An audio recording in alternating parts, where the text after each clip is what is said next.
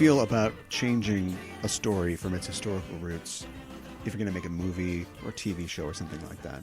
I think that's okay. I mean, I think there's some flexibility in there. Yeah. And where do you draw the line? Because we've seen a lot of historical fare, especially recently. Yes, we have. The White Queen, Yep. was that Starz show? Yes. Which was actually, ironically, sure, they changed some stuff, but I kind of thought that show was a little too slavish to the actual history. Okay. Because it followed the history pretty well. Sure. But they would do things like there would be whole swaths of the show where it's just two characters in a room who are recounting things to each other that were too expensive to show on screen. Right. So it'd be one character going, Henry has landed in Wales or whatever, and now we've got to do the thing. And, well, clearly they couldn't show a bunch of CGI ships landing somewhere. So. No. Of course, the movie we're going to talk about today, which we'll talk about in a little bit, a lot of kind of changes were done to that. Yes. A lot of Ridley Scott's movies, his historical movies in general, get things changed about them. What about The Last Kingdom? Well, yeah, I mean, there seems to be some things that are different in The Last Kingdom as well. Yeah, but then again, it is a series that's based on books, That's which true. are themselves historical fiction. So there's That's already also like true. another layer of remove there. Yeah. Yeah. Do you have a favorite like historical novel or TV series? Oh, right now I'm probably going to say The Last Kingdom. Yeah, okay. Just because it's so fresh in my mind and Yeah. it's really well done. Yeah. I'd have to say, about you? I think Rome still. Oh, okay. Yeah, I still think that Rome's pretty good. Although Rome itself, it wasn't built in a day, but also it is based itself on, boy, now I'm going to screw up and not remember, but it's the histories of something or other, and it's based on these sort of fanciful accounts by a writer. This might have been a famous writer. It might have been Livy or somebody you'd know. Okay. But it's sort of based on the exploits of this Roman legion Sure. that Titus Pullo and the other guy are in. So there's a reason that they're there when all these famous things happen, and like Caesar's like, well, I guess we're going to go across this river, and they're like, huh, what's this river called? Well, Rubicon? I don't know. Like they're supposed to be these sort of Rosencrantz and Guildenstern as characters in this thing. Sure. Although they clearly probably weren't really there. Like there was a real Titus Pullo, but he probably wasn't at half the things the show puts him at. But Ray Stevenson's really cool. We like to watch him go around and be that kind of anti-hero. Right. And I also like the fact that they really nail, or at least what we know of, they nail the society of Rome and also the morals like of Rome. Okay. Because our main sure. character, again, guy I can't remember, red-haired guy married to Indira Varma, the black-haired girl. Yep. He's got a slave, and it isn't like, oh, one day I'll be free. No, it's just that's an economic reality. Like it'd be like having a housekeeper or something like that now, only it's a Right. housekeeper who can't quit. Right. Or Titus Pullo goes around and gets drunk and he screws all these ladies and stuff like that, and nobody's like, you got to get your act together. No, he's a soldier. What's he going to do in the downtime? Right. And so I just liked how they had that all sort of fit. Now, to us, it's like a real shock, and we expect that these characters are going to get some comeuppance. Right. Like, or learn something, grow. right. Like Actea is going to get her comeuppance, so she's going to let all her slaves go because she's realized that slavery's bad. Right. No, that's going to take a few hundred, maybe 1,000 years before that ever comes around, that idea. But back to my original question, like, do you think it's a good idea? Do you think that it's just, I mean, clearly it's a reality of having to adapt something, but like, Right. do you like it when they try to keep those details as best they can? I do like it when they try to keep the details as best they can, but sometimes it's just inevitable that they're not going to be able to, like you said. Yeah. Sometimes it's just you can't afford to show how epic a tale it is, all the time. Yeah. Otherwise, Or there's just too many. You've got to have your character going after something. There are things in his way. He gets Right. over them and finally gets it. But history is never so clean cut. No. There are always all these other factors that are happening, and so they get stripped out, or two characters get turned into one character. Right. Kind of that's what the situation is in The Last Kingdom. Apparently, the Uhtred is based on like one or two actual warlords, one of whom might have been like a Saxon that was raised as a Dane. Okay. Who helped out in the sort of purging of England of Sure. like, the Danes. But there was no Uhtred of Bedburg. Like, that's not real. What? Yeah, I'm well. yeah. Yeah. Okay. I mean, I love Uhtred, but I'm not. I have to say, I'm not. We haven't talked about The 100% Last Kingdom in a surprised. while. All right, No. it won't be. We'll do it real quick. It's not an official segment, but yeah, Last Kingdom. The second season wrapped up. Yes. A couple weeks ago. Uh-huh. Did you like it as much as the first? I did. I thought it was really good. Really strong still. I mean, it's just, it keeps you on the edge of your seat, like, and it's like politics and war, and Right. you're excited about it. Yeah. And I just think they keep the drama like really tight and keep the audience entertained. Yeah. Even when they're talking about politics and things like that. Yeah. Something I think they do well is that they're the anti Ridley Scott, I think, because they feel no desire or need to wow you, to awe you with the spectacle of what's going on. No. And granted, this is a lot different than 13 Roman legions, fighting the Visigoths or something like that, like some kind of huge battle, or the siege of Jerusalem, which must have been really Right. big. This is Britain, at the time when the Romans had cleared out a little while ago. The Saxons had come in. They're trying to get their little kingdoms and their little pisspot towns figured Right. out. And then 20 Vikings come in and Yes. they ruin everything. And so they don't have the problem where you have to describe this bad, and then Harold was struck in the eye and we never see it, because the conflicts are small. You can Yes. show 50 Saxons going up against 50 Danes in a clapboard sort of city, behind a wall. And that's kind of probably what the scale was. It Right. probably wasn't much bigger than that. So you're not, and once you get over I thought it'd be bigger than that. It's oh no, I understand. This is a small amount of people fighting over something for them, which is important, but is going to determine what history looks like for thousands of years now. For Right. us sitting and watching this thing on BBC America or whatever it is, in our houses in the new world, that this guy dying or that guy living, for them it was just everyday life, but it's sort of all these changes, or I don't know. That's just kind of how I think about a lot of these historical things. Yeah. What if Balian, what's his name? Yeah. What if Orlando Bloom hadn't been able to hold Jerusalem Right. until he was able to get all those people out? Who knows? I know. And anyway, I guess we should get to what we're talking about. We're doing craft to services, of course, again today on our show, the Just Enough Trope podcast. I'm your host, Caliban, joined as always by my co-host. Hi, I'm Yukan Hana. And we're talking about the best movies that the critics hated. Is that what it is? Something The like movies that. that the critics forgot, or that time forgot. Movies that were generally well received by fans, or over the course of time have been looked back on as being positive, but not at the time. Didn't right. do well. We're talking about 2005's Kingdom of Heaven, because it's Ridley Scott. This is the only kind of movie he makes now. Yeah. This historical biopic, or not really a biopic, but it's like an epic. And we wanted to talk about, I thought the reason we're doing this, of course, is next week, Alien Covenant comes out Yes. by Ridley Scott, returning to the Alien franchise, which we'll definitely talk about. But let's talk about one of his failures. Yes. And I thought it was funny that you go to Rotten Tomatoes and it's tough to find a bad film, quote For unquote Ridley bad Scott. film. Yeah, I mean, he has definitely been a critic's darling. He definitely earned it in the early part of his career. Later part, I don't know. We can talk about that. But yeah, you have to really comb through. Now, there's an easy glaring one right off the bat. Exodus, Gods and and Kings. Yeah, Yeah. it's terrible. It's not rated well at all. No. But we talked about that on the show already. Yeah, we did. So I don't think we can go back there. I don't want to go back there. So the next best thing, or the next worst thing I could find, was the 39% rated Kingdom of Heaven. Yes. And we'll talk more about the vagaries of that rating and how some people change their minds about it when we talk about that film. Okay. I Sounds thought good. we'd also talk about, real briefly, about American Gods. It's been out for a couple weeks now, but I don't think we ever talked about it previously on the show. I don't think we have either. Starz' American Gods, based on Neil Gaiman's book of the same name, featuring Shadow Moon, that's his real name, Yep. dealing with the new gods, the American gods. And I know you have opinions. I do. And they're coming out. You can barely hold them in. You can't see her, audience, but she's got her hands clamped over her mouth to keep these opinions back.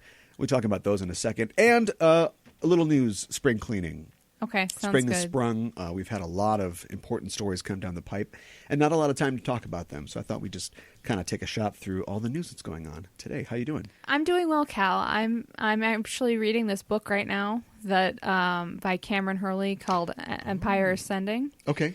And former guest of the show. Yes. Friend of the show. Yes. I think I call her. There are a ton of characters in it.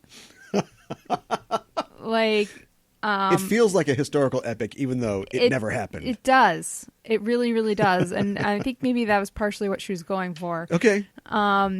It is sweeping and epic. And I mean, I swear to you. World breaking, you might say. Yes. Okay. Saga. But at 25% in, there was a new character introduced. There was more characters and more, but like this character, I for sure had never seen. Like a new main character, or like a new narrative character. Yes. Okay. And this is the second book in the series. Okay. So, I have not read any of the Worldbreaker saga, although I've read all of God's War. And she kind of did that in God's War a little bit. Yeah. Because there was certainly one character who was our main character, and it's not. It's in third person. It's not in first person. Right. Yeah, but it still had a kind of what I think of as like a noirish feel. Yes. Kind of follow this character around. She bounces off other characters. But then certainly in the second and third book, suddenly it'd be like, remember that side character before? They're a whole thing on their own now. It's right. like, oh boy, okay, here's another narrative I have to track. Do you like that kind of stuff? I like it. It's hard because it feels like I need to have like an index of like who everybody is. Personae, yeah. Yes, exactly. Yeah. I like it too, although I've begun to appreciate recently just the economy of having a single character and then I'm not saying one's better than the other. I'm sure she can do this too, but I kind of like how you can see it through one character's eyes, and yet even though the character you're following is kind of ignorant to something, the text still suggests the things that they don't know. So you kind of get the idea that, so-and-so is going to find out something. Or your character, in a case of dramatic irony, is like acting on something that they don't, but they don't. Like that sort of thing. Yes. Yeah. But I do like the big War and Peace type things too, where you're like, okay, wait a minute, let me check my notes. Who's this again? Okay, that's right. That guy's brother. One thing I like about this series is there are parts of it that remind me of D&D a little bit. Okay. Like the war parts are described in detail, and like there's like phrases in there like line of sight and sure. and like stuff like that I'm like feeble mind. Yeah, I'm just like, oh, okay, we're gonna have a burst attack now. Okay. Okay, all sure. right. Yeah, right. So I don't know if Cameron had that in mind at all or not. She's totally plays D&D. But it totally reads that way. Yeah. So. I bet she's got a great D&D game. I also, like you and I have talked to another former guest on the show, Melinda Snodgrass. Yes. And hearing about her talk about her D&D games with George R.R. Martin as the DM. Yeah. Like TPK. So, yeah, I was going to say, how many week. times do you re-roll a new guy? Yeah. Not great. So my guy this week, George, right, is yeah. going to be... blue hair. Yeah. Same stats, because I'm tired of re-rolling characters. Well, let's get to some of that news. TV upfronts are coming on this Wednesday, and we'll have a little bit to talk about as those go. The upfronts, of course, are when all the big TV networks go to New York or wherever, and it's like a huge kind of press conference convention type thing where they talk about their new lineups, and it's basically to generate buzz, advertising, investor buzz. But we also get the trickle-down news. Here's what you get before those, though. Okay. Cancellation notices. Oh. Because they want to announce things they're picking up at the upfronts. They don't want to waste your time saying what they're letting down. Okay. And so we've got a few notes about things like that. We'll just blow through them real fast. Remember Powerless? Yes. Forget it. It's over. Oh, okay. Powerless is gone. Powerless against Powerless. It's out, at NBC. The show creator talked about how he, which is the thing now, you want to try to shop it to somebody else, right? See if you can get it on a cable network or something like that. No news yet as to whether that will occur or not. Okay. Did you ever catch Powerless? I never did. Did you, Cal? I never did either. Huh. I wonder, it seemed like, the concept seemed like it could be fun. Yeah. Yeah. So. Is it NBC or I'm trying to think of who it is. There's some, I think it is NBC. NBC, I feel often tries, and at this point they have nothing to lose because they're just last last place and have been for a long time. But they're willing to try things that other networks won't, and it usually has to do with sci-fi or comedy. They're not afraid to be goofy. Sure. But this just seemed like the wrong kind of goofy to me. Well, it just seems pretty out there. Yeah. And then it's got the same problem where, like with Gotham, right. You got Gotham without Batman, but you can still build a sort of detective crime-ish kind of show that is severely lacking a Batman. But you can create these storylines with these characters that can go on for a long time, and it's renewed for a 5th season. It's coming back. Okay. Well, Gotham is renewed. Yeah. Powerless, like, maybe I think that you should have had, like, some sort of superheroes on there. So, like, if you could have had, like... Sure. Like a solid, like, C-level or B-level character or something like that. Right. Then maybe it would have more weight to it. Yeah, B or even C. DC's got so many characters that you think that, look, I know that everything is a potential blockbuster movie franchise. Right. But just pick somebody. Yeah. Like, maybe this doesn't fit. No, this is fit perfectly. Booster Gold and Blue Beetle. Oh, sure. Now, I know that I think there is a movie deal already in the works with this, so I'm not sure that they could have done this, but they're goofy. Yeah. They could stop by the Powerless offices or whatever and be like, hey, what's going on? Right. And a lot of people want Nathan Fillion and Alan Tudyk, who is cast on Powerless already, to play those characters. No offense, but they're TV-level guys. I think they'd be a great fit. They kind of are, yep. Yeah. Uh-huh. So anyway, now that this has been canceled, Alan Tudyk is freed up to be in the Booster Gold and Blue Beetle series if they want to do that. Go. Yeah. So please go forward with that. The scythe or the hammer, or either one, whatever metaphor of doom you want to pick, has fallen on quite a few shows. Some shows we haven't talked about in a long time, like Son of Zorn. Remember you talked about that? Like when it first came out? Remember that. Yeah, that's gone. APB, that show my parents keep trying to get me to watch, has been canceled. Sleepy Hollow was canceled at Fox. Oh, wow. It had gone for 4 seasons, which that's respectable, I think, for any sort of genre show. Yeah, and on Fox. Yeah, no kidding. And it's one that I never really got around to watching. No. Although just Supernatural can go for 13 seasons, and Sleepy Hollow can only go for 4, I guess. Yeah. So that's too bad. Like I said before, APB is gone. I don't know. I just never really. It kind of looks like RoboCop without RoboCop. It's like the Gotham of RoboCop. So not so cool. No, not as well. You cool. got to have a RoboCop. Right. How's that going to work? Right. Over on ABC, Last Man Standing, Tim Allen's follow-up to Home Improvement was canceled after 6 seasons. I mean, that's not too bad. You shouldn't feel bad about that. Dr. Ken Jeong's show has been canceled. Oh, really? Yeah, it had gone 2 seasons, which is not too bad. Emerald City at NBC has gone as well after 1 season. Huh. So now I don't have to watch that. There you go. I got to admit, it looked good. Uh-huh. Once again, this is NBC going, well, we got nothing to lose. Let's take a chance on something. Let's be a little goofy, a little out there. Yeah, but I never like when let's upset the apple cart as far as old books and children's stories go. This ain't your daddy's Dorothy. Right. She's got ruby rocket skates or something like that. Like, what are you adding to it when you do that? Yeah, sass. Sass, yeah. Pretty much. So Frequency at the CW is canceled based on adapted from the movie. Oh, okay. Jim Caviezel, yeah. I remember we talked about that. Two Broke Girls is finally off. Our long national nightmare is over. After 6 years, Two Broke Girls is finally gone. I actually think it's kind of funny. Oh, my God. I do. I don't think we can go on. I don't think we can continue. That's okay. To each their own. To you, this. Timeless was canceled. Oh, okay. Wait a minute. What? What's the or like, oh, this photograph is disappearing. Timeless has been renewed for a 2nd season. What? It was announced that Timeless was canceled 3 or 4 days ago. Okay. Everybody was real sad about that. And then NBC announced that they were renewing Timeless. So did they get like a bunch of like letters and stuff like that? They did there was a fan outcry. All 3 of the fans of the show were tweeted vociferously. And then, I think based on that, or maybe because they did the math, they were like, well, we can have one of these wacky series come back. Like, we got to spend this money on something. So, yes, wow. Eric Kripke, creator of Supernatural, yes. I guess prevailed upon them. He tweeted out something to the effect of, oh, we did it. The time team went back and changed history. And he later said that they will be back in 2018. So they'll probably take a season or so off. I'm guessing a mid-season replacement. Okay. Yeah, next year.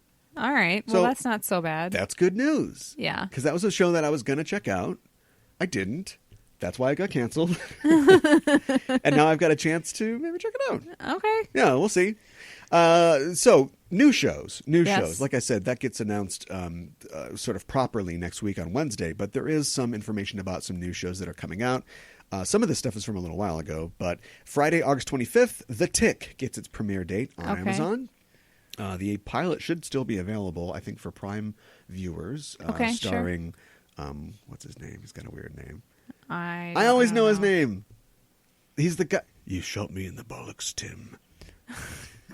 Peter Serafinowicz is in there as the Tick. A darker take, they say. All right. Which initially kept me from watching the show. I don't want to see some dark, brooding Tick. I think they just meant the lighting. Really? Yes, because we saw it, and it was totally funny. Yeah. And there was like a little more violence than you'd expect from the very cartoony, pretty much based on the Fox cartoon, Fox show starring Patrick Warburton. Funny thing, Patrick Warburton is a producer on this series, but he didn't climb in the suit. So, I don't know. Peter Serafinowicz instead. Okay. I like him. He's good. Yeah. The Vampire Chronicles. We got to talk about Vampire Chronicles. Remember the Vampire Chronicles? No, I don't. Well, I'm guessing that was a book series. Yes, by Anne Rice. The grandmother, well, let's bring it down. Course. The mother, let's say. Sorry. Of vampire fiction. Really urban fantasy, if you really probably want to look at it that way. Right. I should know sorry, better. I'm a bull. Or not sorry. They both contributed to it. But I think definitely we would not have Twilight without Anne Rice. A multi-picture, a content option deal has basically been set up with her and Paramount TV, which means that they'll be working in some capacity on some sort of adaptation of her work. What do you think? Movie, TV show? What do you think would be the best fit? I think a TV show could work. Like a cable show? Yeah. Her stuff is adult.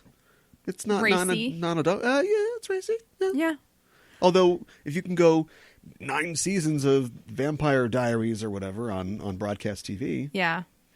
I mean, you could go racy or non-racy. Or extra racy crispy. Yes. Right. So, yeah, I think it would work well as a cable show. But it could work on broadcast TV, too. I think, yeah, absolutely. I think so. I think that you'd have to neuter it too much, though. It depends on, here's what the funny thing. It depends on what Anne Rice wants. And remember, she's all Jesus-y now, so. Which is weird that she. That doesn't mean that she doesn't want to make money. Yeah. But I don't know if she's going to hand this off or she'll be involved creatively. And a lot of her books get real kind of transgressive, you know? Sure. It's one thing for Starz to do American Gods and tell a mythological tale, but also take on the concepts of idea and belief in American society. That's on Starz. They can do whatever they want. Right. It'd be really hard to do that on CBS. No, that's true. So I think cable would probably be the way to go. And especially of course, if it's Paramount, though, is it going to be like all access or something like that? Maybe. Some kind of streaming channel. It could be. I could see that. Yeah. I mean, I suppose violence-wise, too, you know, they are vampires, so yeah. And in the film, there's going to be some blood. Brad Pitt cuts a guy in half with, speaking of scythes, whoosh, just, yeah. Jeez. Did you see the movie? I've actually never seen the movie. No, you should see the movie. I should see the movie. It's pretty good. Yeah. Let's talk about the Gorillaz. The Gorillaz? The band, music the Gorillaz. band? Yes. The music band? The music band. I sound like Not the rubber band. I'm 80 years old. Right. The music band? You do. The kids are playing? Yeah, the kids are playing. Are they actually? It's like, do kids like Radiohead? I don't think so. And they probably don't like Gorillaz either. I'm excited about their new album, Humans, that came out recently, though. Oh, we should do a music review of that. We'll get Tara maybe on the show. Anyway. That'd be great. Forget it. 10 episodes of a Gorillaz series are coming out next year, according to Jamie Hewlett. That's awesome. Yes. He's going to direct the first and the last one. And that's about all that we know. We know that 2D, the lead singer of the Gorillaz, will be a part of the show. Other than that, nothing's really been announced. But you have to imagine. You can't. The whole group's going to be in it, right? Russell, Noodle, Murdoch. Yeah. I would think so. Yeah, all critical to the success, I think, of the Gorillaz. So it would be weird if one of them was missing, or if it was just Double D. It would be weird. I'm amazed it's taken this long, because right? when Hewlett and Auburn came up with this, part of it had to have been in the back of their mind, and a TV deal. Right. Clearly, we're going to get a TV show made out of this. Right. So why did it take so? They came out with a book. They made a book about a cartoon band before a cartoon about the cartoon band came out. That's kind of amazing. Yeah, I know. It's weird. It is weird. So, yeah, and anyway, it's good to see this. And then we can actually maybe forward this, because the thing about the Gorillaz is that they've always had like a story, but you have to get it in bits and pieces based on what you see in a 3-minute video for a song.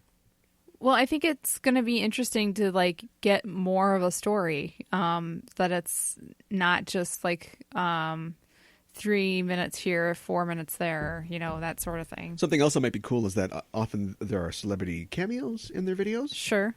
Like if Snoop Dogg is on the song, then he shows up in the thing, or maybe you just have Bruce Willis in there for no good reason. Sure. So if there's going to be this, I wonder if they'll exist solely in a cartoon world, or it'll be like the videos are sometimes, where they exist in the real world. They're just cartoons for some reason, like a Roger Rabbit kind of thing. I could see that happening. Yeah. And I think that would actually work really well. Yeah. But don't go too far on it, though. Like get Jeffrey Tambor to be their manager, and he's like, "You guys, you have to play the gig at the thing." And they're like, "Oh, we can't get there in time." And, nothing like that. Some other little tidbits here. Marvel's Runaways gets a series order. We've talked about that in the past. That being on Hulu. At this point, it was just a pilot, but now it will be coming to your Hulu screen if you watch Hulu. Big news here and strange news. Remember Donald Glover?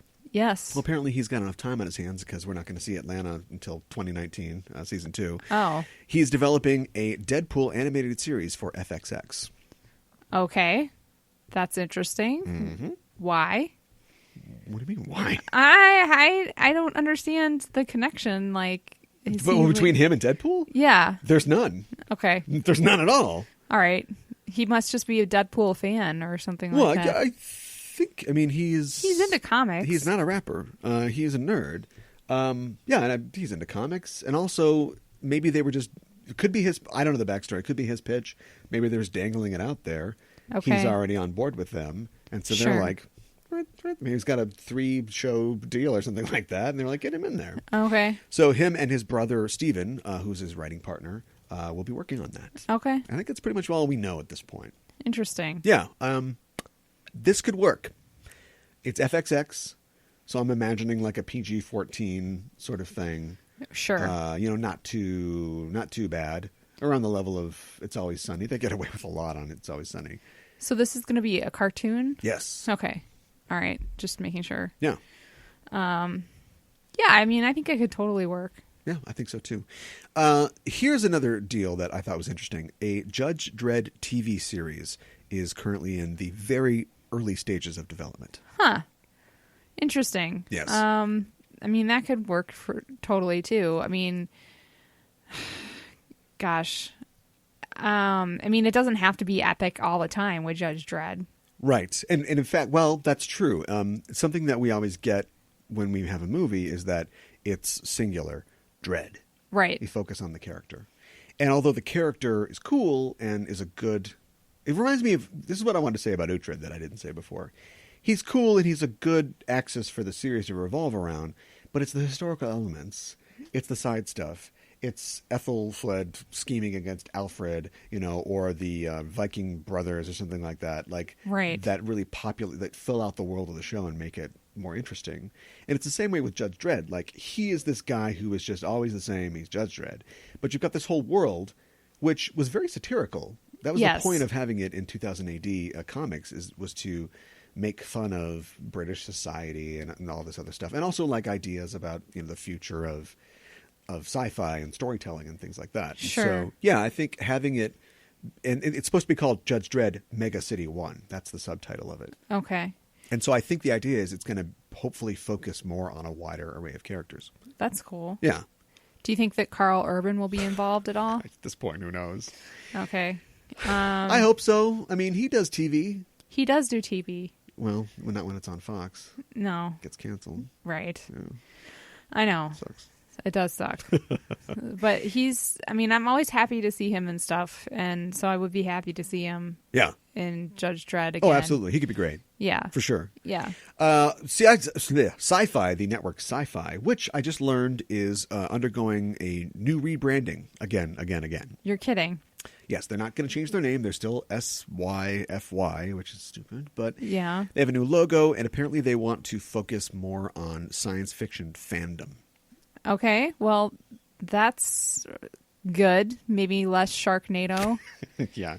I don't know. It depends on what fans are. I think they're talking about fandom, like capital F fandom. Okay. Because people like those movies. There They are fans do. of those movies. They do. In connection with this, it's been announced that they are going 2 series with Krypton. That is going to happen now. The Supermanless Superman show. The Gotham of Superman shows. Oh, great. It's really going to happen. So is it going to take place on Krypton and not have Superman on it? Yes. Okay. It's not going to be about the noble gas. So it's just going to be about other superhero It's going to be about powers. Superman's grandfather. It's going to be about Jor-El's father, Okay. who, I don't know, L Train. I don't know what his name is. L Train. I forgot. I'm not going to look it up. I don't care. So, I don't know. More news on that as we don't watch it. Another thing real quick. We were talking about American Gods. Actually, we will be talking about it in a little bit. Starz has renewed it for a 2nd season. Oh, wow. It will definitely be back. Okay. So, that's good. That is good. We haven't seen the end of this season yet. I have to imagine they're not going to get all the way through the book. Right. I would hope that they had planned it out that way. I would hope so too. Otherwise, they'd have to make stuff up. Yeah, we can let you know when we get there. And in the news that defies all reason, logic, and sense, Agents of S.H.I.E.L.D. has been renewed for a 5th season. Oh, boy. Anybody watching it still? Anyone? I don't know that anybody is. No. I certainly haven't heard people talking Dogs about have it. learned to use remotes now to shut it off when you leave the room and it's still playing. You come back in, TV was on. That's Dog weird. looking innocent, chewing on a bone. So anyway, yeah, we'll talk about American Gods in a little bit. Before that, a little bit of nerd movie news. Can't believe if I don't know if we've talked about this previously on the show. We'll just hit it real quick.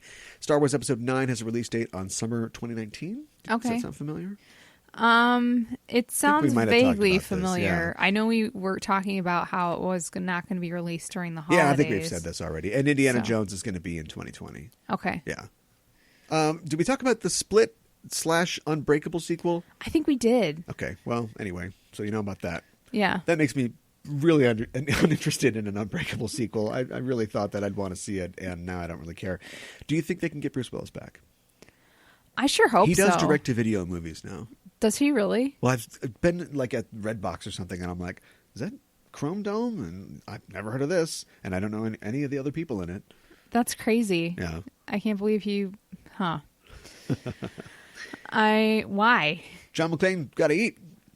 I guess so. And shaving cream is not free. No, it's not. Especially not the kind he uses. It's very expensive. A Hellboy reboot is in the works, according to the creator of Hellboy, Okay. Mike Mignola. What kind of reboot? Like just totally A 3rd movie reboot? that's not Hellboy 3. Okay. Here's the deal breaker for a lot of people. Guillermo del Toro, Ron Perlman, not involved. Huh. Well, I mean, I don't think that's necessarily a bad thing. I think it's a especially great thing. If you want to reboot I don't it. want to lose any listeners, but I think that's a great thing. Yeah. I've made no bones in the past about my belief that Guillermo del Toro is not a good filmmaker.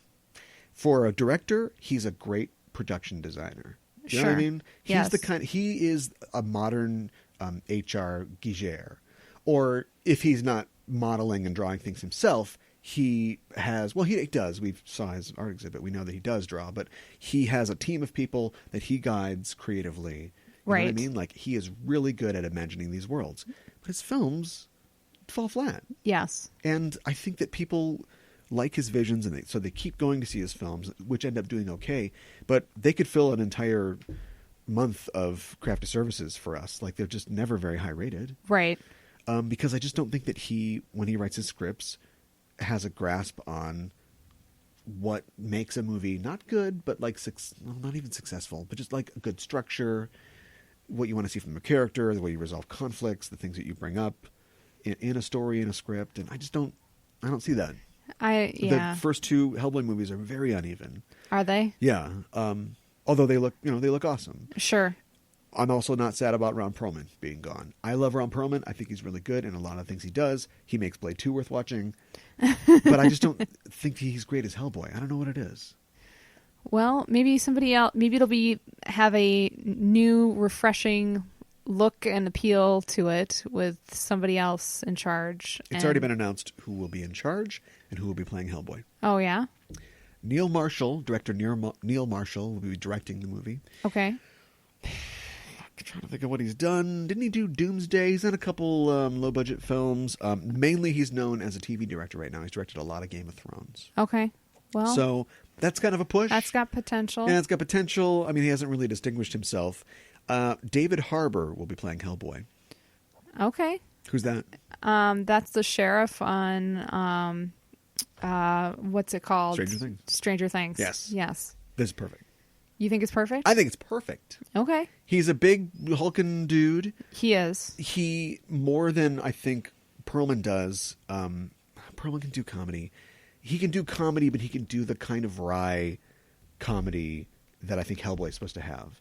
And I think he showed in Stranger Things that he was a character who didn't belong, like, in that world. Yes. Like, he's running into Matthew Modine with the weird hair, and there's ego psychics and stuff like that. And the whole time he's like, I don't even know what any of this stuff is, but he kind of keeps punching people. Right. That's Hellboy. That's exactly who Hellboy is. I don't know what's going on here. Punch, punch, punch.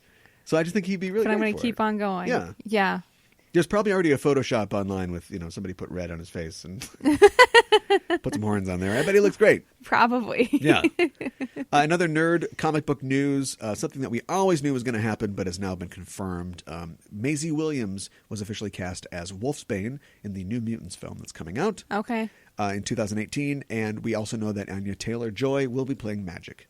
Nobody ever thought those things weren't going to be true. We all knew they were going to be true. Well... do you think that the New Mutants is going to be, I don't know, how is it going to fit into the other X-Men films? That's a good question. I think Anya Taylor-Joy said in a red carpet interview that we reported on earlier on our show that McAvoy would show up as Professor X. Okay. So it will be somewhere within the continuity. Okay. Whether he'll have hair or not, I don't know. Yeah, good question. I think it'd be a shame to not try and set this in the 80s, but maybe they milk that to death with Apocalypse. I don't know. Okay. Also, if you've got the other New Mutants hanging around the mansion, like, where are these other kids? Like, why aren't they there? You've got Jubilee and Young Cyclops and all that. So yeah. So here's who's left to cast: Danny Moonstar. Okay. Right. Sunspot and Cannonball, and they're gonna have to nail this one because Danny Moonstar is supposed to be a Native American. Okay. So we really need to get a Native American for this. Yeah. I think. Native American actor. Yeah. And Sunspot is a Brazilian. Okay. So we got to nail that too. Yeah. I mean, it doesn't have to be Brazilian nationality necessarily because Brazilian people are from everywhere, but true. Yeah. I think they really have to do that. Maisie is British, I guess. So that's probably going to make some Scottish people mad that she's not Scottish. And Magic is Russian. And I don't even know what Anya Taylor-Joy is. So anyway, that's all I'm saying. Like, you get like a real diverse cast like this. Let's make sure the cast is actually and the characters diverse. Are both diverse. Yeah. Yeah. You would agree? I would agree. Absolutely. I think that's very important, especially when we talked about whitewashing with help me out. Ghost in the Shell? Ghost in the Shell. And Thank you. A lot of other things. But yeah. But so I think that it's really important as we need to be more active about Hollywood needs to be more active about. Yeah. And this is a horse that is just already glue now. We've beat this to death. But yeah, I think it's true. Real quick before we move on, talk about American Gods. Looks like Wonder Woman is tracking to a $65 million opening. Okay. At least with ticket pre-sales, which is good. Yeah. I mean, it's not great. You really want to hit $100 million with a blockbuster superhero movie these days. I've heard already from a few different outlets that as far as pre-sale goes or what studios are predicting, this is going to be like one of the worst summers in recent memory for films. Really? And I want to know how that's possible. I want to know too. When a Fast and the Furious movie comes out, and it is literally, it beats Star Wars as the biggest opening of all time. You've got Guardians of the Galaxy that, unless Kurt Russell is involved in a double homicide or something like that, is definitely going to make, $750 million or whatever, like the first movie did. Sure. Are they putting it up? Are they looking at just revenues? Are they going expenditures from the studios versus ticket sales? They must be. I don't know. Because if you just forget about how much we spent on it, and we're just saying how much disposable income is out there, like how much an audience is willing to spend, it's got to keep going up and up and up. You would think. I just don't understand how they could predict that. Well, I don't understand why they wouldn't try to hide it more. Why are they trying? It's like oil companies want you to believe that they're not making record profits, because then you go, wait a minute, you guys are bilking us for record profits. Right. If you're a movie studio, you want people to think that you're doing really well because you want investor confidence, and you want people to want to see your movie and not see Paramount on the front of a movie and go, oh boy. Right. Like I do. Or like Sony. Like, oh boy, Sony. I want to watch that. We're in trouble. Yeah, right, exactly. I don't understand why this summer is so different from other summers and why they would be projecting that. The numbers would be so low. And, I mean, we've got a lot of big movies coming out, I feel like, too. We got Alien Covenant coming out next week. We got Wonder Woman still, like you're saying. Yeah. I mean, if I was a studio that had spent billions of dollars on these movies, I'd be like, I hope we're doing good. We better be doing good. I know. One bright spot of sun through these clouds, 92% of respondents to online surveys, these are people who, I guess they buy their tickets and then it goes, hey, you got time for a survey? 92% of them want to see a superhero movie with a female as the lead character. That's great. So they're going to get it. Yeah. As long as they eat their Wonder Woman diet bars. Stop it. That's a story that we haven't even talked about. But no time. Let's get to some gods.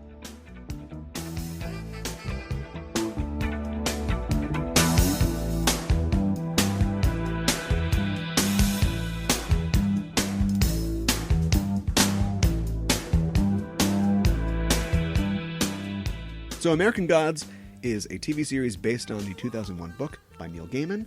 Can you describe the book American Gods? It's about 400 pages long. Yes. Basically, it's Wednesday is one of the old gods, and he, along with Shadow Moon, who he hires. Well, this is a plot summary, but oh, I just meant like it's like a road trip book. It is a road trip book. Yeah. With gods. With gods. With gods. Come on, Zeus, grab your trunks. You're bored. It's a road trip largely through the Midwest. Yeah. That's true. And so you get to see a lot of Middle America. Yeah. So far, let's just talk about the TV show. Okay. So far, this is a review of the pilot. I feel like it's pretty faithful to the book so far. I do too. They're maybe too faithful? Ooh, let's get into that in just a little bit. Main character, Shadow Moon, yep. Played by Ricky Whittle, who was a former Reebok model. Okay. Wow. This guy doesn't... Okay, so let's get into that part. This guy has, like, no pedigree. Like, he was on The 100, and that's about it. Okay. He was on Strictly Come Dancing at 9:42. Or, I'm sorry, 21:42. Yes. Greenwich time. And that being said, he's fine. Yeah. We can get into why he's fine in a second. But anyway, yeah, he gets out of prison to go see his wife. She's dead. His wife has died. Wife played by Emily Browning. And so, not knowing what to do, he meets up with this guy named Mr. Wednesday. Yes. Played by Ian McShane of Tits and Dragons fame. And he is a con man who starts to suck Shadow into his world. Shadow doesn't want any part of it because he wants to kind of go straight, but he's angry. He's got a lot to be angry at the world for. He does. And so he kind of gets caught up in what's going on with Mr. Wednesday. Yes. And at the end of the pilot, you don't really know what's going on. If you've read the book, you might not know what's going on. But you know that there is something more. We keep seeing in these little cutaway scenes, these other scenes about these strange goings on, these sort of other gods, X-Files-ish kind of. Well, I'm trying to keep from saying gods, but I guess it's in the title of the show. Yeah. Apparently, there are the gods are trying to hip it up. Yep. And get with the times, and there are a new set of gods who don't want that. Who want to win this sort of God war that seems to be going on. Right. That Shadow will get involved in. We don't know why Shadow is so important or why Mr. Wednesday seems to like him so much. No. But I'm sure we will as the series goes on. Yeah. Let's talk about Ricky Whittle. Like I said before, I think he's good. He's not great. He's definitely doing... So I compared him to Little Rock. I think he looks like The Rock. And I think he acts like The Rock, or The Pebble, like The Rock used to act in earlier films, where you've been a guy who, you're big, you're really big, you're a tough-looking guy, and so you're hired to play tough roles, and so here's what you bring to Three Men and a Little Baby or something. I'm a tough guy, right? Right. And it was until Rock has gotten older that I think he's felt more comfortable, had a lot more acting classes probably, to just be the funny guy, be the guy who's not in control of the situation sometimes. Right. And just show a lot more range of emotion. I don't think this guy's quite there yet. He still comes on and it's like, that model is doing a really great job acting. I don't say like that actor's doing good acting. He still seems kind of alien to this to me. But it works for the character because I've always thought that the character Shadow in the book is kind of a blank. And he is. That's partially because he's got all these weird... He is the Uhtred of this. That's three, I think. He is the thing that the center of the wheel that all this weird shit goes around. Yes. And he's us. He's the surrogate. There's also a story reason why he's like that too, which I won't spoil. But whether or not he's doing it on purpose or not, I think it works. I think that he's pretty good. Yeah, he is pretty good, but I love Ian McShane in this. Yeah. He's just fantastic as Mr. Wednesday. Yeah. He really is, and he's just magnetic. Yeah. I mean, of course he is. He's Ian McShane, but like you watch the show and there's like he appears at maybe the 25-minute mark or something like that. Yeah. And all the things that happen before that are interesting. Mm-hmm. I'm engaged for sure. Right. And then we have his first real scene on the plane where he meets Shadow, and it's like this 5-minute scene, and I wish it went on forever. Yeah, I know. Like, it's great. He's doing his whole bit, and he's explaining to him, like, because he kind of cold reads him, and he's telling him how he knows it, and then he offers him the job, but he doesn't want it, but he's like, oh, it's fine. He kind of slow plays it, and he's playing him right then. Like, he's already conning him. And Shadow knows that he can't trust this guy, but yet he's still sort of intrigued by like what his deal is. Exactly. Yeah, it's really neat. I mean, I guess it's good that it is faithful to the books, but we do see a scene where there is a god or goddess, I should say, who is the goddess of love or something like that. Yeah. Mm-hmm. And this was in the book, and basically he like is reverse birthed. Yeah, she into her, absorbs him, and they were never not gonna put that scene in there. This is Starz, as we talked about. That's our second mention of Starz. It's controversial. I'm already reading. I haven't seen I think the third episode just came out. I haven't seen it yet, but I'm already reading stories about. Like, it's the most explicit, like, gay sex scene that has ever been on TV. And I already know what it is. There's these little short stories, like vignettes in American Gods. It's the one where the guy meets the taxi cab driver. Okay. That's got to be what it is. Sure. Just knowing the book. And they were never going to steer away from that. That's part of why they're doing this. Like, they're doing this for some of the shock and awe. Yeah, that's true. I just, the scene that I was talking about, I never really understood why that it totally needed to be there in the first place. I guess other than to really illustrate that these old gods and the new ones too, but like they need people to worship them. Yeah. In order for them to have their full power. Yeah. And since we might never talk about the book on the show, let's take on the book. Let's take on the entire sort of franchise. Okay. That never really pays off for me.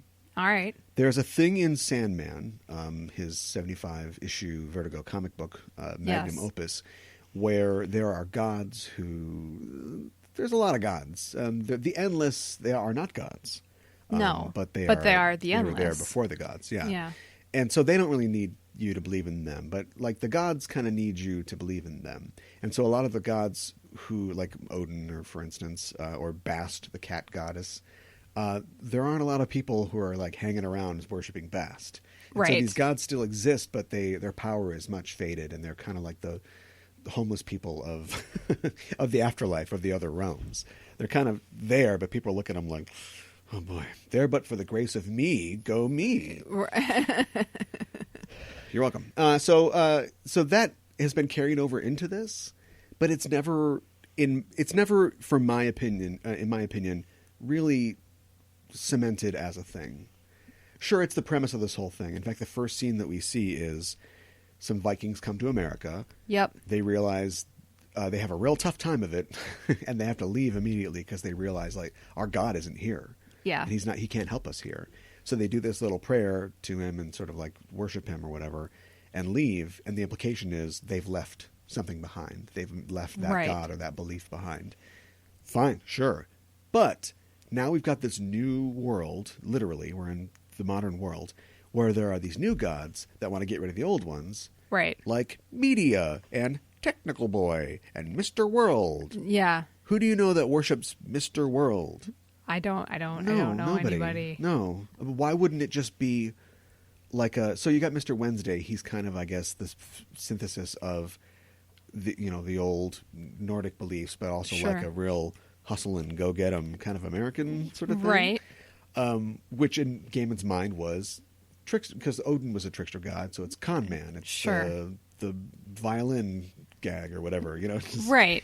The Spanish prisoner or whatever. Right.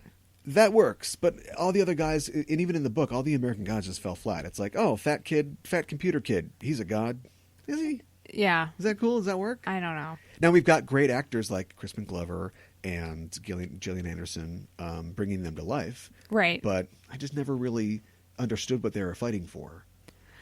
I don't know what they're fighting for either. Like they're fighting for their existence? Well, sure, they're fighting for their existence. But if he had done some kind of, like if there had been like a comic prequel about when maybe like Europe, like areas of Europe, like Britain, the Romans come to Britain. Does that mean that there is some like British Zeus walking around? Right. Nice Maybe. idea. Write that. Yeah. It's probably been written already. I just didn't read the comic book. So I always thought that the book was interesting but flawed, and really more of a collection of stories and vignettes than a real narrative. And this is the chance to, because TV guys, especially Brian Fuller, and it's good to see that Brian Fuller is back. Yeah. Like, with all the things going on with Star Trek Discovery, it's like, come on, Brian, what's going on? Right. But he's back in full force. Yeah. And like a lot of Brian Fuller shows, I'm sure it's going to drop off in quality as it goes on, but this first pilot is amazing. It is visually stunning, like any Brian Fuller thing is. It is tight as hell. Everybody is extremely well cast. A stupid scene that I didn't really care for much in the book, where he fights the leprechaun or whatever. It's like, who cares? And when it's on TV, they're going to turn that into some big, we're going to have a big punch-up fight scene. Even that, I bought. Like, even that I thought was cool. Right. And, I mean, so far, so good. So far, so good. Yeah. I agree. I'm looking forward to seeing where it goes. And it's going to go all over America. Yes, That's is. Where it's going.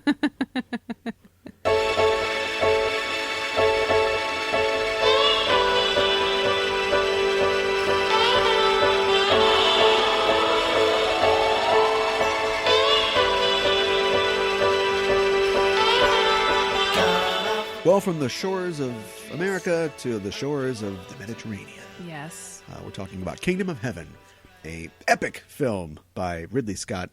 Came out in 2005. I said before that it was rated 39% on Rotten Tomatoes. Now, that's the theatrical cut. Right. This movie very famously, like a lot of these historical epics, I feel, get a lot cut out of them. And in Ridley Scott's case, Absolutely. we know that he loves to fix his movies. Yes. And my thing is, why didn't you make it good in the first place? But he went back and fixed this film and did a roadshow version of it that adds 45 minutes back into the film. Yep. And what a roadshow is, it's a special sort of viewing of the film. It sort of tours around the country. Often, in this case specifically, they played like an overture, and a intermission and all that sort of thing. It's an event. Quentin Tarantino did this with the long version of Hateful Eight. So this happens occasionally. And critics rated this one well, the longer version. They said it was, better. I know that we like Metacritic more than Rotten Tomatoes, but Metacritic has, I think, included some of the extended reviews of the extended edition in their reviews, because it's up to like 67-ish, I think, on Metacritic. Okay. So a little better there. Sure. It was written by William Monahan, who is also known for The Departed. I believe that this was, I think, his first produced screenplay. The Departed was his second. Okay. Yeah. So we're in good hands. Yeah. Technically. You'd think. Yeah, you would think. Ridley Scott, a guy who only does true stories about battles anymore, it seems like. From Gladiator to Black Hawk Down to they battle the Egyptians, Exodus, Gods and Kings. Although the truth, I guess you can debate on your own. And so what if I threw to you for a plot summary that was somehow less than 100 words? Oh, boy. Could you deliver? I could sure try. Could you? You don't have to stand, but you have to deliver.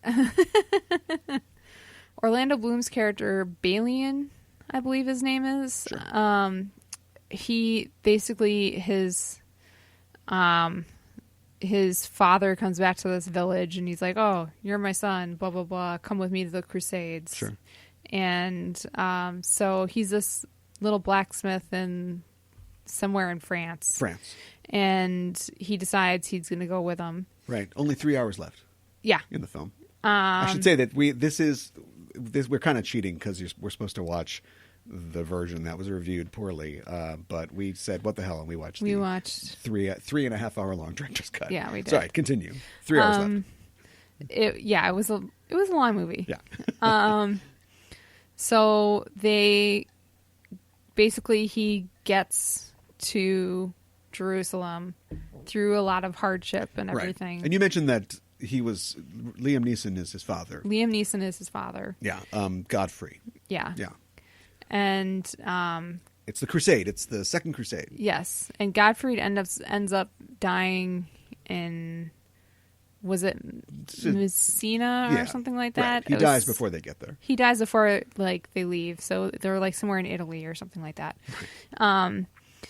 And so he's going to Jerusalem because supposedly all of his sins will be forgiven if he goes to Jerusalem. But it's not his sins, though. That's the problem. It's his sins and the sins of his wife. The movie kicks off with his wife has committed suicide after their child was stillborn. Yes. And so, the sort of rules and laws of religion, especially at the time, are sort of on trial here. Yeah. So according to that, she will go to hell. Yes. And so he believes... And this is a real historical thing. Like, the Pope or whoever says, if you help free the Holy Land, then sins will be for whatever you've done. It doesn't matter. Things are all going to be forgiven. And so he thinks that by doing this, it's his prime motivation. Yes. Even though he gets a girlfriend once he shows up there. His prime motivation is to go to do this to help free the Holy Land, protect it, and earn forgiveness and redemption for himself and for his daughter. Yes. His wife. His wife. Okay, I think we're about 2:45 left to go. Let's see if we can just major characters, major plot points. Go. Well, then basically there's the king that's in charge is a leper. Yes. So he wears a mask and everything. He's very sick. Yes. And his sister, played by Eva Green, is married to this guy named Guy. Who even cares about your synopsis anymore? Has there ever been a Guy in any filmed entertainment who is a good person? No, I don't think so. I'm trying to think of, or just even Guy, even the anglicized version of it. No. Guy on Green Wing is not a very good guy. I just don't think I've ever seen anytime. It's like shorthand for somebody's an asshole. It really is. His name is Guy de Maupassant or something like that. It's that guy. No, not that guy. Nah, don't trust that guy. Yeah. And he's I guess represents the Templars, and he is hungry for war, Yeah. and he wants the crown for himself. Right. And he's eyeing it. And he's kind of already sort of in line. Yeah. Because Baldwin is the leper king. Yes. Sibylla is his sister, Ava Green's character. Yeah. And so she can't really rule. No. Technically, I think the succession should pass to her son. Right. Who will become Baldwin V. Sure. Leper guy is Baldwin IV. Played by Edward Norton. In a non-credited role. Never takes his mask off. No. And I think he was one of the guys that came out of this smelling like a rose. A lot of people said that he did a real good job. He did. When it's basically... And I'm sure that they... Well, I don't know. Maybe they did loop it. But I'm sure for the purposes of the performances and everything, it was probably somehow mic'd up, or they just, used his real voice. But, right. Yeah, he does a good job. It's a nice understated performance. It is. But anyway, continue. So yeah, these guys want war. Why? Yeah, they just want it real bad. They just want it. Yep. And you forgot Brendan Gleeson, who plays Renaud, who's Guy's sort of like fun buddy. Right. Who's depicted as being insane, essentially. Right. And bloodthirsty and warmongering. Yes. Pretty much. All those things. And then there's also Jeremy Irons there, who he is kind of an advisor to the king. Yeah. And he knew Orlando, he knew Liam Neeson, mm-hmm. and was friends with him. Right. So he's friendly with Balian. Yeah. And he has a lot of like good restrained ideas. Yeah. And he's kind of a badass. Yeah. And he's kind of a tough guy, but he can't, he also is a political realist, and he sees that, at some point it's going to be hard to get these ideas across. And plus he has to do what the king says. Which right. We're not really ruining anything when eventually the king dies. Right. Baldwin IV. I'll take over. After okay. Guy yes. sort of forces a confrontation with the Muslim forces, led, of course, by Saladin, yes. The famous historical general of the Muslim forces. And it seems like they're going to fight, and Baldwin comes out, and says, no, you guys can't fight, and he brokers a truce between them. But because he's so weak, traveling basically kills him. This is a lot like Gladiator, in that whenever a king gets on the road and goes somewhere, yeah, in a Ridley Scott movie, that guy's dead. He's going to die. He's not going to make it home. And so he does die, and Baldwin V, Sibylla's son, is crowned king. Yes. But in a real quick turnaround, which must have pissed off that kid actor's agent to no end. Right. That kid's gone real fast. Yeah, he is. They find out, and this part is kind of historical. They find out that he also has leprosy. Yes. Which in this film... remember, everybody's really concerned about being good or following, just their souls, the condition of their souls. Yes. And they see this leprosy as being a curse, being a punishment by God yes. for sin. And so Sibylla is really distraught because she's like, what could he have done, this boy, to deserve this? Right. So he's crowned king, and she offs him. She kills her kid. She poisons him. Yeah. What do you think about that? That's pretty terrible. You never like to see and depicted in film or otherwise, like when a kid dies, you just don't want to see that. Right. And then when it's done by a parent's hand, that's pretty bad. What do you think that her motivations were? I think she wanted to put him out of his misery. Yeah. I think she wanted to prevent him from suffering. Yeah. Yeah. That's doubled down on. So one of the things that I think was a lot of the material that was put back in is her stuff. Okay. I think that a lot of her stuff, because I remember watching this, I think I saw it in the theater, and we joked about how 50% of her screen time is just her looking at things. Yes. Like the men are doing something, then she's like, they're doing it. They're doing that thing. That was way worse in the theater. Okay. Because they took a lot of her connecting scenes out. And we find out in this part that she's always had a problem. Like, she loves her brother, but she can't, I don't know if it's just icky or whatever, but she can't stand to be around him because or of to his touch him. leprosy. Yeah, yeah. Or she's just afraid of it, Yeah. So like when her kid gets it, it's like, oh. It's the worst thing ever. But anyway, it's also politically expedient because when he dies, she immediately becomes queen, Yes. which she then basically passes off to Guy, Guy. or he basically gets to get in there. So. Yeah. And then he immediately goes to war. Yeah. Let's kill well, first of all, let's kidnap or kill Saladin's sister. Yeah. And then let's slaughter the messengers that he sends, and we're just going to fight. Yeah, pretty much. just like all right, crazy. let's do it. Yep, it's good stuff. And then in one of those things that it's like, it's funny because you watch it and you go, what? This is bad storytelling. But something that apparently happened, they all march out in the desert to go fight the Muslim forces.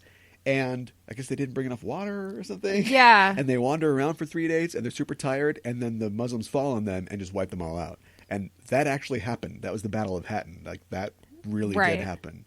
I don't know if they were like that dumb or just circumstances conspired to put them in a bad situation, but that really happened. So now we've got this thing where the army all ran out. They're all dead.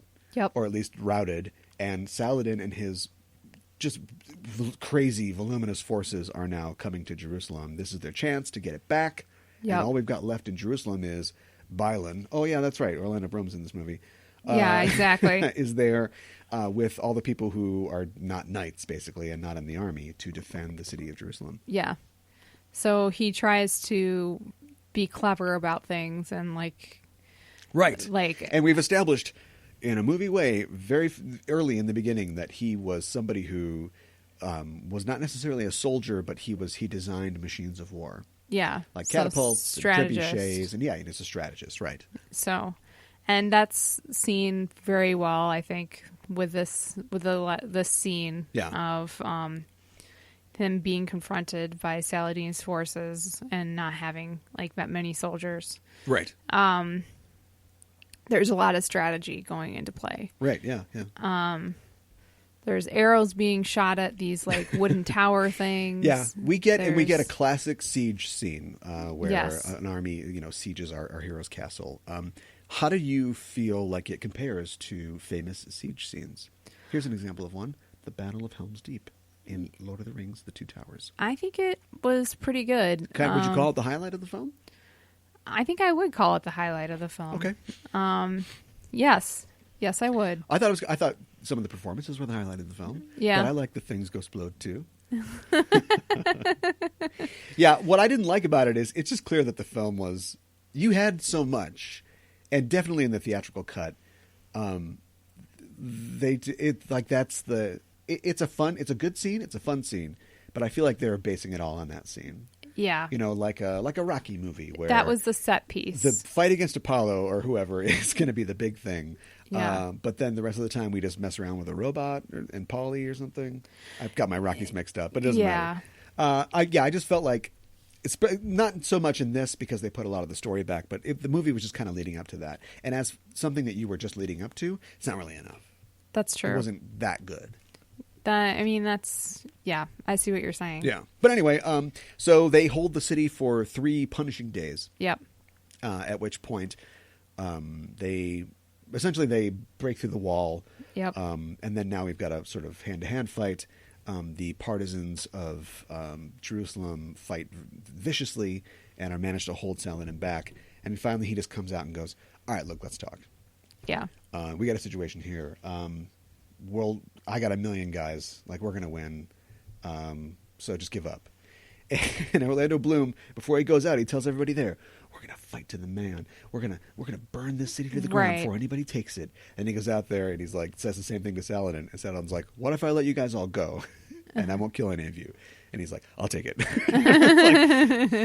All right. I mean, it's good that we see our hero, who is not a soldier, see the reality, the human reality of the situation, which is we could do a glory thing where we all go down for some ideal, and as he stresses throughout the film, we could save these people. Yeah. That's part of this movie's thing of ideologies are fine, but when you throw lives away, especially lives that aren't your own, for an ideology, then you are a monster. Right. You are, as bad as whoever you are vilifying. Well, and one thing I thought was interesting was they really emphasized throughout the film that everybody was welcome in Jerusalem. Right. And that there were Muslims already in Jerusalem. Right. And they were fighting with Balian. And so I thought that was really interesting. And which historically, it's not quite true. You don't think so? No, there was sort of a peace at this time, but it wasn't like Baldwin IV had brokered some amazing peace deal where as long as a guy named Guy doesn't screw this up, we're all going to live in happy times. Right. It was more just like a sort of lull in the fighting, like the Okay. two sides were probably exhausted and kind of regrouping, and so there was peace, but it wasn't some amazing dream that some guy in a bad beard came in and like screwed up for everybody. Also, fun fact: the people in Jerusalem actually held the city for 9 days. Oh, wow. Before it was breached. Okay. Yeah, and in history, a similar sort of thing happened. This Bylan guy is a real guy who was involved in the defense of Jerusalem, but he wasn't like the only guy. There were other people. Sure. But they basically made this deal, and unlike the film, Saladin basically, said a similar thing: "We'll let everybody go, but you have to pay the ransom." And they were unable to come up with the ransom for everybody, especially the poorest people. Yeah. So about half the people actually got to go wherever they wanted, and the rest was sold into slavery. Not quite as uplifting an ending as this film. No, it's not. Where everybody basically gets away. Yeah, in this film, it seems like everybody is walking out of the city. Yeah, they all just walk out. Yeah. To where? I have no idea. I don't know. They're walking out in the middle of the desert. Get the castle at Carrick ready, because we're all coming down there. Yeah. Yeah, and so that's the climax, except it's not, because our strapping young Legolas has to beat the bad guy in hand-to-hand combat. I know. It's just like, that was actually a pretty good sword fight, but at this point it's like, this is the scouring of the Shire. Like, this is the climax that you're adding in after the climax. Like, right. The emotional climax of the film is, I'm going to stop this cycle of violence. We're going to give this thing up that's important, but I'm doing it to save everybody. Nice job, dude. Back to France. Take Eva Green with you. Yeah. We're all happy. Right. It's like, no, we're going to have a sword fight. So he does. He fights Guy, like I said, for no real good reason. He has the chance to kill him. He spares him because that's the guy he is. Although we already saw that with the other thing that I talked about. And then, he goes back to Jerusalem. And then in a fun little cameo, he just gets back and he checks out the blacksmith place that he burned down with his half-brother inside. And nobody says, hey, it's that murderer. I know. I guess he's going to start a new life, and a bunch of people, some guys ride up, just like the beginning of the film. Yep. And it's Sir Friendzone, Ian Glenn, as Richard the Lionhearted, on his way to start the Third Crusade. And he's like, you should come with me. He's like, I'm not coming. All right, fine. Movie's over. Roll credits. Right. Boy. And also, the epilogue says that 1,000 years later, peace in the Holy Land remains elusive. It's like, really? Come on. Wow. Yeah. Any of those soldiers have a war hammer? Because I feel like you're trying to beat the themes into me with it. What did you think about this film? Had not seen it, right? I had not seen it, no. I thought it was good. It was a little too long.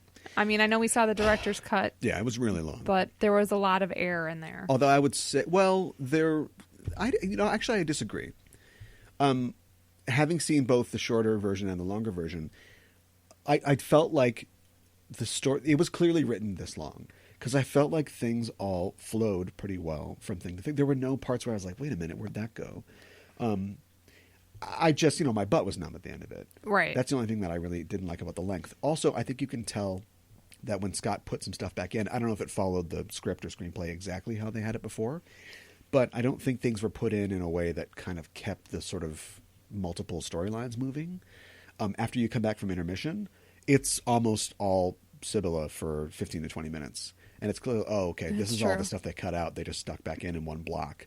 And I felt like you could have cross-cut that with, what's Balin doing? Because as soon as her kid dies, we come back to him, and he's just been sitting in the desert for a couple weeks, I guess. Apparently. Doing nothing at all? Yeah. It's like, Orlando Bloom's in this movie. I know. And it's like, where did he go, and why was he out of the film for like 20 minutes?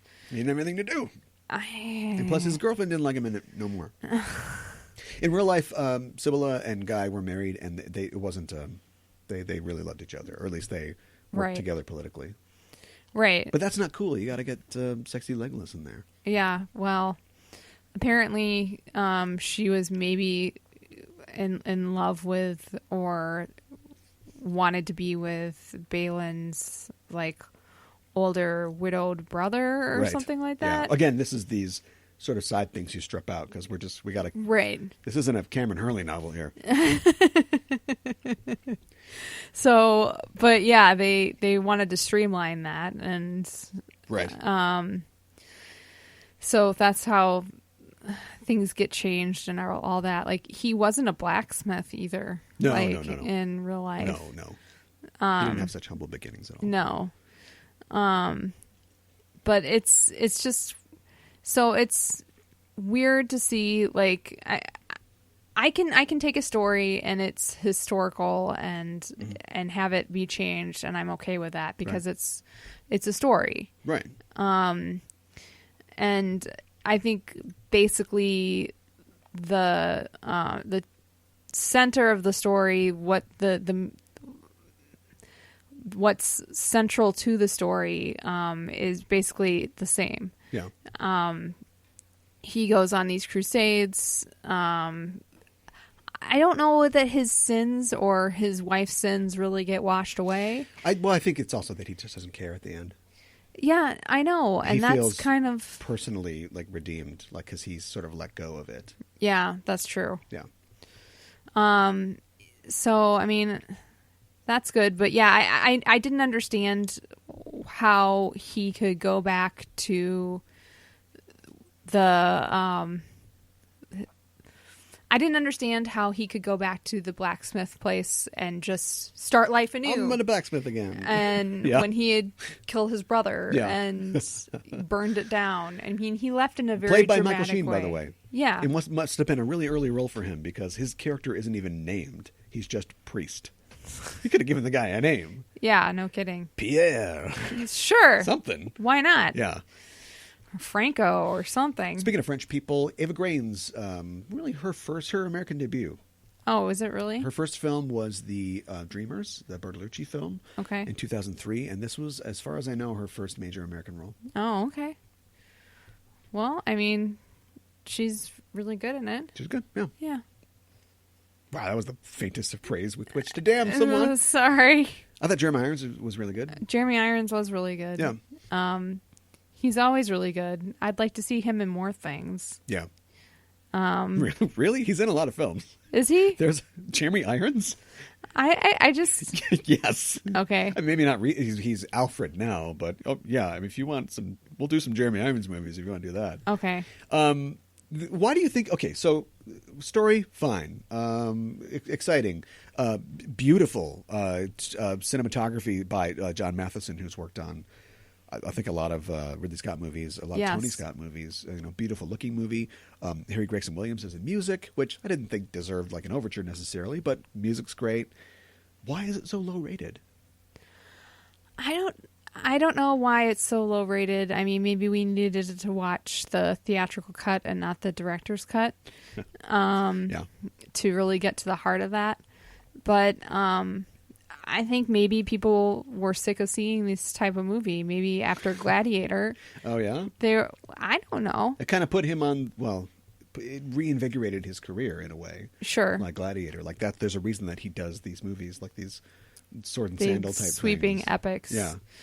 Do you think that it's because it coming 4 years after 9/11 had a real muddled sort of theme to try to communicate about Christianity and Muslims and international relations? And I think watching it now, like I don't think that the Muslims were portrayed like badly in this film. Like No. they weren't portrayed as being evil or that sort of thing. No, and the character of Saladin, played by Ghassan Massoud, was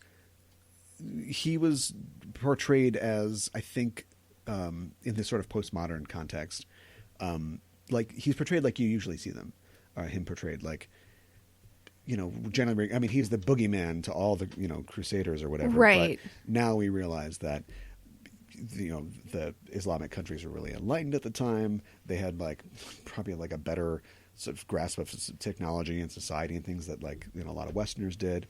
And maybe either or, about on the same level. Right. And they weren't some barbarian heathens. And so he's presented as this sort of intellectualist thinking man's kind of general, a guy who is willing to get peace if you want peace. You know? Yes. But if you're going to fight me, we're going to destroy you. That's how it's going to go. Right. If he was on the other side, you'd be like, that's a Jeremy Irons character right there. You know, that's a guy that knows what he's about. Right. I like that scene where Guy and what's his name have lost. Reynald have lost. Yes. And they're in the tent, and he brings out the ice water. Yes. They put some ice in a cup of water and stuff like that. And apparently that was a real thing in Islamic times. Like if you gave that to the enemy general, you know, that you were talking to or had captured, it meant that I'm not going to kill you. You're not going to win these negotiations, but you're off the hook. And he hands it to Guy, and Renaud takes it, and he's like, I didn't give that to you. And then, boom, they just take him out. He's dead. He's dead. It's like, oh, okay, now I understand what was going on there. If you get the ice water, you're all right. That's right. Yeah, but you didn't get it. But yeah, apparently this movie didn't do well here. It didn't make back its budget, which is, it's understandable. It did actually pretty well overseas, and eventually made its budget back overseas. And apparently it was a real big success in Arabic-speaking countries. Interesting. It did really well in Egypt. Huh. Interesting. No. Well, maybe they were excited to see. I think the actor who played Saladin did a really great job. Yeah. And also we forgot to mention that Alexander Siddig is in it as well. Yeah. I always like to see him pop up on stuff. They do a fun thing where he meets of course, Byron shipwrecks on his way to the Holy Land, because of course it does. And so he's kind of trapped in the desert, and then Alexander Siddig and this other guy find him, and they're like, all right, give me your horse and we're gonna kill you. You're lucky if we don't. And so they fights this guy and kills him, and Siddig's like, oh, you killed my master, so now I'm your slave. And he's like, no, I want a slave. Okay, see ya. Takes off. Meets him later. He's second in command to Saladin. And he's like, wait a minute. you were the master. That guy was a slave. He's like, what do you want? Yeah, I don't know. Scott, I opined that, it was the fact that the marketing made it seem like it was going to be like this sort of medieval romance, sweeping story. Okay. And it was. That was there, but it was really, it was a treatise on international conflict and an examination of religion. Yeah, and people weren't really expecting that. I was totally expecting that. How could you not expect that? You are 4 years into a post 9/11 world. Yeah. The kingdom of heaven. Come on. I know, and it's about the Crusades. I don't know. There really are people who just look at a poster and go, all right, I'll Legolas go is check in this that one. out. Yeah. Yeah. I don't think those people are listening to this show. No. But you're fine. Please continue if you do. Would you recommend this? I guess I would recommend it if you like these type of movies. You like clearly, these sweeping epics. I don't think it's as bad as 39%. Yeah, I don't either. I don't think it deserves that. Would I watch it over and over again? Probably not. Once is enough? I'm pretty good with once. But I think it, for what it sets out to do, I think it does a really good job. Yeah. And so for that, I would recommend it. Okay. I'm on the same page. I would recommend it as well. I think that you should see it at least once. Clear out a long block of time. Yep. Or tackle it in 2 different nights. When you hit intermission, do what you do with the Lord of the Rings movies. You're not going to watch that whole thing. You probably are, though. Yeah. Take a break and just go do something else. Come back to the next night or something like that. Keep it open mind. Appreciate it for what it's got going for it. But know that you're not going to... It's no Gladiator. No. Is there an extended... There's got to be an extended cut of Gladiator. There has to be. I wonder if that's any good. I've seen Gladiator 20 times, but it's always been the theatrical version. And it's got its flaws, but it's pretty good. It is pretty good. It's another one of those films that, this didn't really happen. This isn't real. No. No. But it doesn't matter. It's fun. It is fun. Yeah, so I think at times this is really fun, and it's worth a look. Let's talk about what we're talking about on our next episode. Not the next episode, but the next time we talk about movies for craft services. Okay. Guess what? What? Twin Peaks is almost back. Oh, boy. I'll see you again in 25 years. Well, It's almost true. It's got almost really close. Yeah. But yeah, Twin Peaks is coming back, and we want to talk some Twin Peaks. And I thought that we would do a movie that I know we've talked about on the show before, but I don't care. Maybe we'll find some new insights into it. It is, of course, Twin Peaks: Fire Walk with Me. Okay, let's do it. I think it's safe to say, much maligned movie, Yeah. a prequel to the Twin Peaks series. And I don't think it deserves that. I Really? mean, Tell me more. I think that it's a really good movie, and I think that it's a good prequel to the TV series as well. I think you can watch it without having watched the TV series. Yeah. And then go right into watching the TV series. I think you can watch the TV series and then watch this movie. I think that they exist almost. I don't disagree.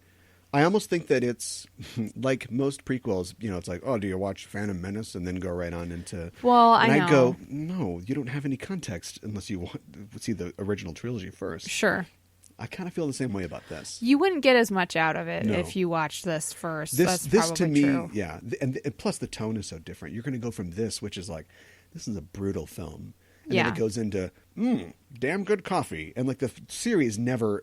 At some point, they're doing the thing where James is, having the affair. He's going to work on this lady's car, and her husband beats her, and Right. It's like, or Invitation to Love. Like it doesn't match the tone at all, even though there are flashes of that darkness in there. Right. That I think that this is almost like the scene in the film where it's a mystery film, and the whole time we're trying to figure out the mystery, and then we get to like the last 10 minutes, the parlor scene, if you will, and somebody's Sure. like, I did it, and I'm glad I'll do it again, and here's how I did it. And then we see some kind of flashback to like how the guy did the crime or killed the person or whatever. Right. But yeah, you don't want to get mixed up with Carmen Bozia or whatever before you see the actual TV show. Right. That's my opinion. Okay. I'm sticking to it. I think that's good. Did you know that it was loosely based on a true story? Yes. Like, I did not know that. I read something about that recently. Very loosely. Yeah. But Like, yeah. about a young girl getting washed up on a shore Yeah. in a small town. I think that was the sort of the hook, the emotional, conceptual hook that Yes. led to Invitation to Love. So anyway, the next time in 2 weeks when we talk about movies, we'll be talking about Twin Peaks: Fire Walk with Me. Oh, sweet thing, Zion doesn't love you. Babylon don't love you. But you love everything. All right, as we wrap up here, I wanted to mention that because Alien Covenant is coming out soon and Ridley Scott's in the director's chair, I thought that we would talk about an Alien comic for Comic Book Club. Let's do it. On our next show. If you know anything about Dark Horse Comics, you know that they've had the Alien. They might still have it. We'll talk about that on the show. Okay. License for Alien properties for a long time. And there are thousands of Alien comics. Sure. That have come out from, just after Aliens came out up until today. Most of them complete crap. Not very good. Or at least in the way that later Alien sequels, movies like AVP 1 and 2, really miss the point of what the aliens are supposed to represent. Sure. And it's all about shooty gun stuff. Yeah. And acid blood. A lot of those comics are like that. Okay. One thing that they get to do, though, is a lot of them do, and this is mature readers, they get to explore. The thing about alien movies is, like a lot of horror movies, we're the monster. Do you know what I mean? Right. And so you get a lot of that in alien comics. It works sometimes, it doesn't in other times. And so we're going to read what I consider to be the high point, or one of the high points, of the long run of alien comics. And that is 2 separate comics, long format. They were published together as one graphic novel called Aliens, Sacrifice, and Salvation. Okay. Some Sounds famous good. creators attached to this. Paul Johnson does the art for the first book, Sacrifice, and Peter Milligan wrote it. I'm not super into Peter Milligan these okay. days. But he was a really, really great creator and a guy who was very pivotal in creating Vertigo or getting a lot of Vertigo books started back in the day. And this is when he was at the height of his powers. It's a really good one. Follow-up, art by Mike Mignola in the story Salvation. Story by Dave Gibbons. Okay. Dave Gibbons of Watchmen fame. Normally known for his art on Watchmen, but a writer as well. And so 2 very interesting stories that contain aliens, but are much more about the people in those stories. Yeah. And them facing some tough stuff brought on by the alien, but also I think would be there. Great world building as well. Because you wonder, okay, if alien only ever existed, we know that there are space truckers. Right. And that Yaphet Kotto is one of them. And they're just cruising around. And there's an alien. And, that's bad news. Right. And that's all we know. And we get a little more world building. Apparently there are space marines, Robert Heinlein-like space marines, and a lady named Vasquez. Yes. Who's never been mistaken for a man. And so, you wonder about this world, and you get more of that world building in these comics. And that's what I really like about them. I think that they do a really good job at world building as well. Yeah. Well, hey, save it. Okay. Talk about it then. Okay, sounds good. Talk about a lot of things then on our next show. Until our next show, you can catch us on our social media outlets like Facebook and Twitter. Go to there, follow us, like us, do whatever you have to do to get more JET in your life. Also, you can find us on iTunes. You can also find us on Stitcher. You can find us on our Spreaker page. You can also find us on Google Play Podcasts. I say iTunes. I think it's supposed to be called Apple Podcasts now. They've rebranded it. Really? Yeah. So I've had to update all the links and everything, and the new thing is Apple Podcasts. Okay. I don't know why that's different from iTunes. That's a mouthful. I don't understand. Yeah. The whole thing's gone south since Steve Jobs went north. But yeah, that's where you can find us. While you're there, give us a review, if you would, because we love to hear from the fans. We love to hear how you think we're doing. Subscribe to the show as well. It's the best way to get it. And give us a rating. Now, here's how it works. You give us a high rating, we move up in the ranks on Apple Podcasts. That way we get exposed to more people and we can get more things to you. So give us 5 cups of ice and water. So that way we know that you're not going to kill us. That's right. And we wouldn't want that. No. That'd be hard to explain. Yes. How they found 2 people dead in a podcasting studio with cups of water with no ice in them. That's so we don't want that. In fact, let's just skip the whole thing. You can give us 5 stars. That's it. Like I said, we'll be talking about aliens, sacrifice, and salvation on our next show for Comic Book Club. I think we're ready to go and wrap this thing up. So until then, I'm your host, Caliban. I'm your co-host, Mikan Hana. Keep the geek fires burning.